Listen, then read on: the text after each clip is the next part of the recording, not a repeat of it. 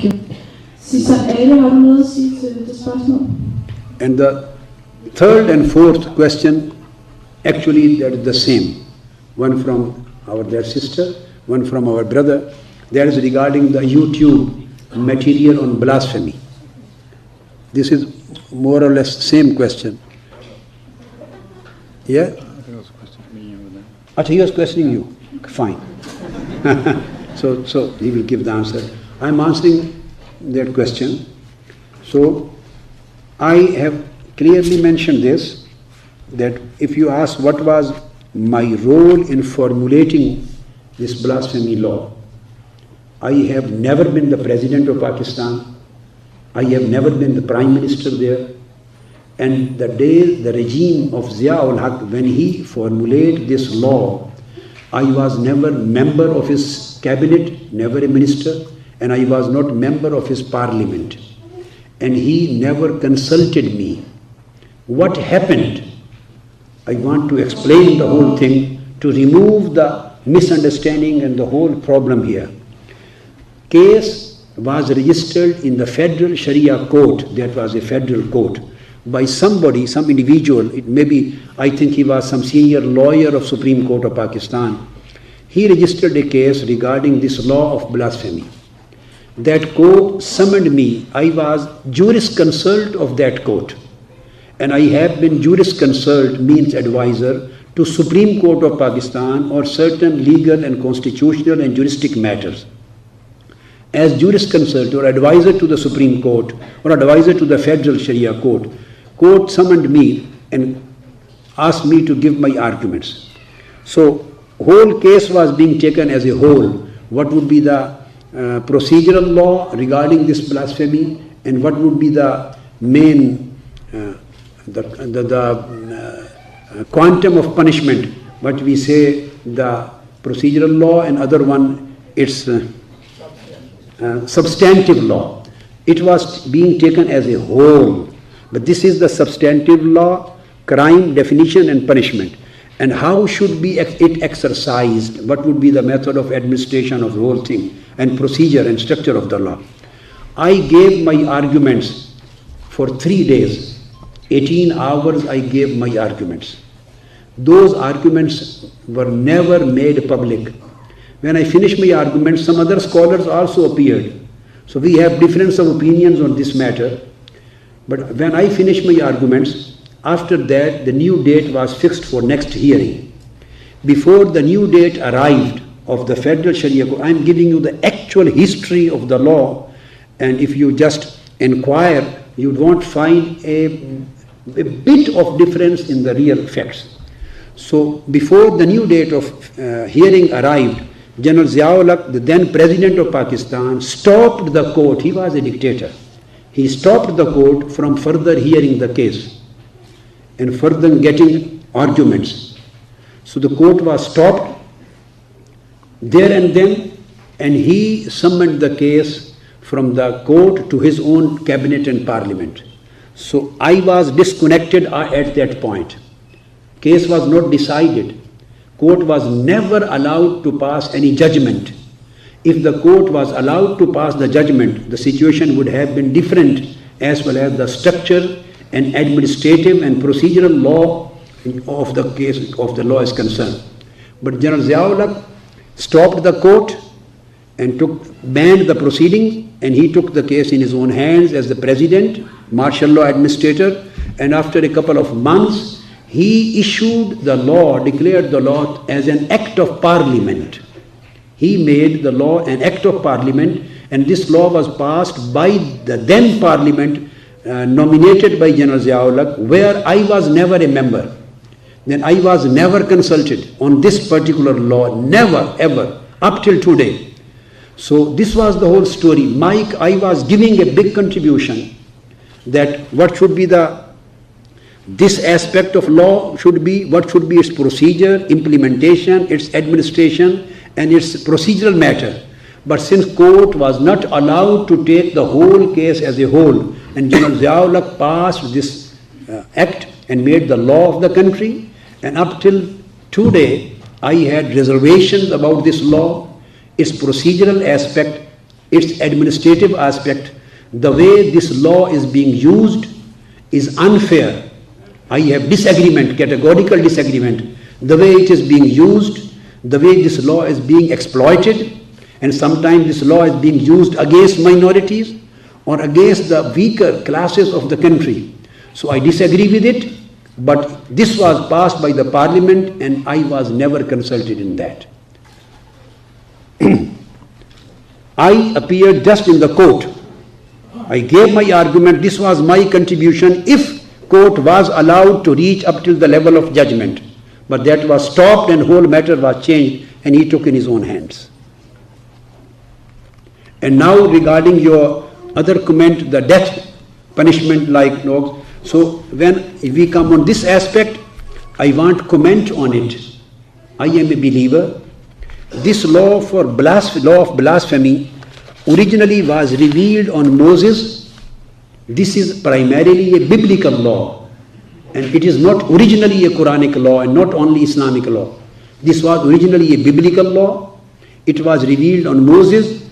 It is in Bible, book Leviticus, chapter number 24, Old Testament, verse number 13, 14, 15 and 16.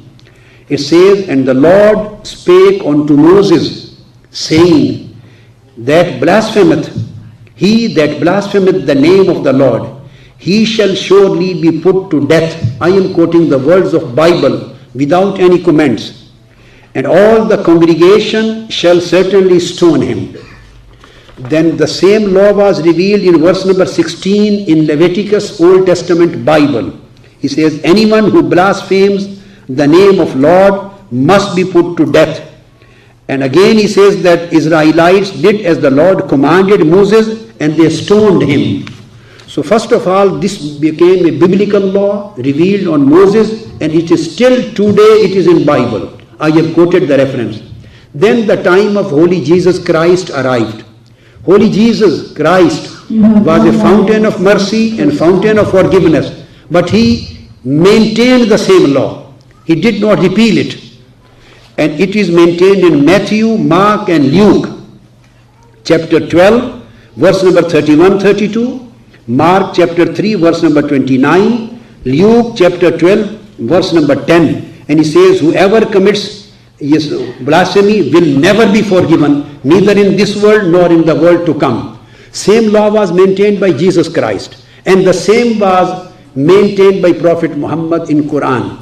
So I, as a believer, cannot confront and I cannot disagree or I cannot oppose the Holy Moses, the Holy Jesus Christ and Holy Prophet Muhammad. So it is all the Jews' religion, Christian religion and Islam. All these three religions and both books, the Bible and Quran, are in the same boat.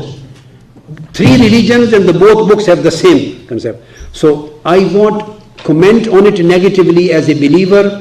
So I would believe what the words of God are. But as far as its procedural aspect is concerned, where this law is being misused, exploited and wrongly enforced, I am categorically against it, I would say. I disagree with that. And I have many reservations. And if I was head of the government or head of the state, I would have categorically repealed the procedural law, adjective law, and I would have brought the radical changes to protect the rights of minorities. Okay, thank you. I have a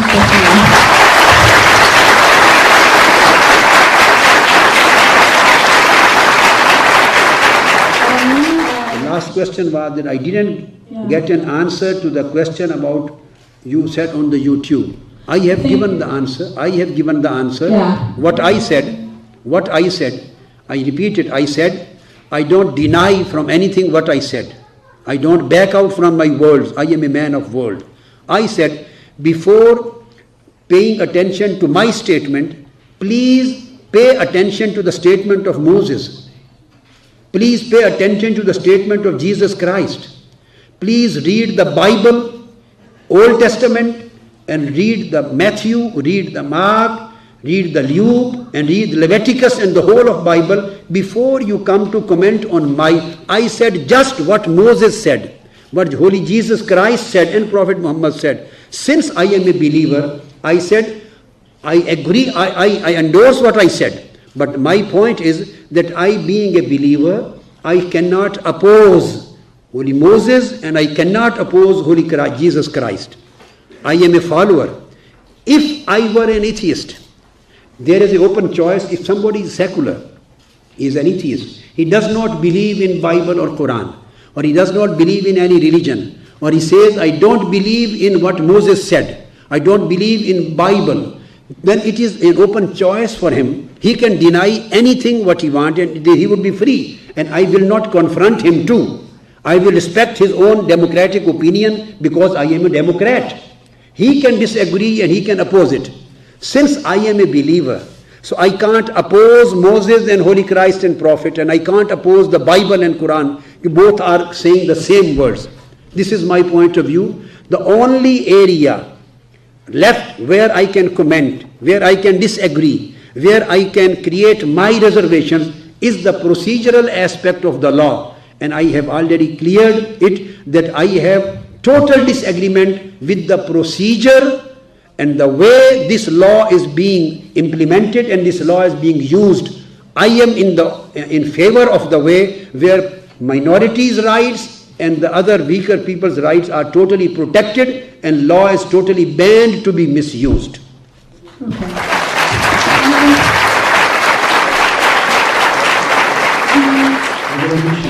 That if this is a matter of ideology or matter of faith regarding blasphemy, then I said that I cannot oppose Moses and Jesus Christ. I'm bound by their words. If this is just a matter of capital punishment, the death penalty, then death penalty is being awarded in 35 states of America. 35 states up till now. Death punishment is lawful in Russia.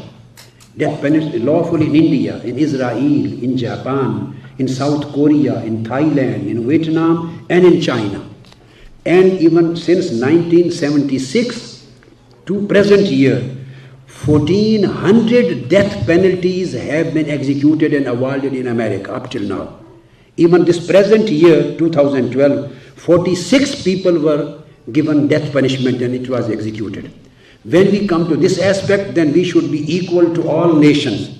Not only Pakistan should be pinpointed, then we should raise this voice against America also, and Russia and China and everything. And it can be debated. It is debated. This area is debatable. I can agree with you. We can have a debate to abolish the implementation of death punishment. In some areas, it would be abolished in laws. In some matters, it would be abolished, its implementation would be stopped. This aspect is debatable, so this is different matter. So this is not phenomena of only Pakistan. This phenomena exists in many parts of the Western world, including America, China, and Russia. But there should be no discrimination. If they are big, rich countries and members of Security Council, we don't raise voice against them. If it is small country and poor Pakistan, then we raise the voice of the should be equality.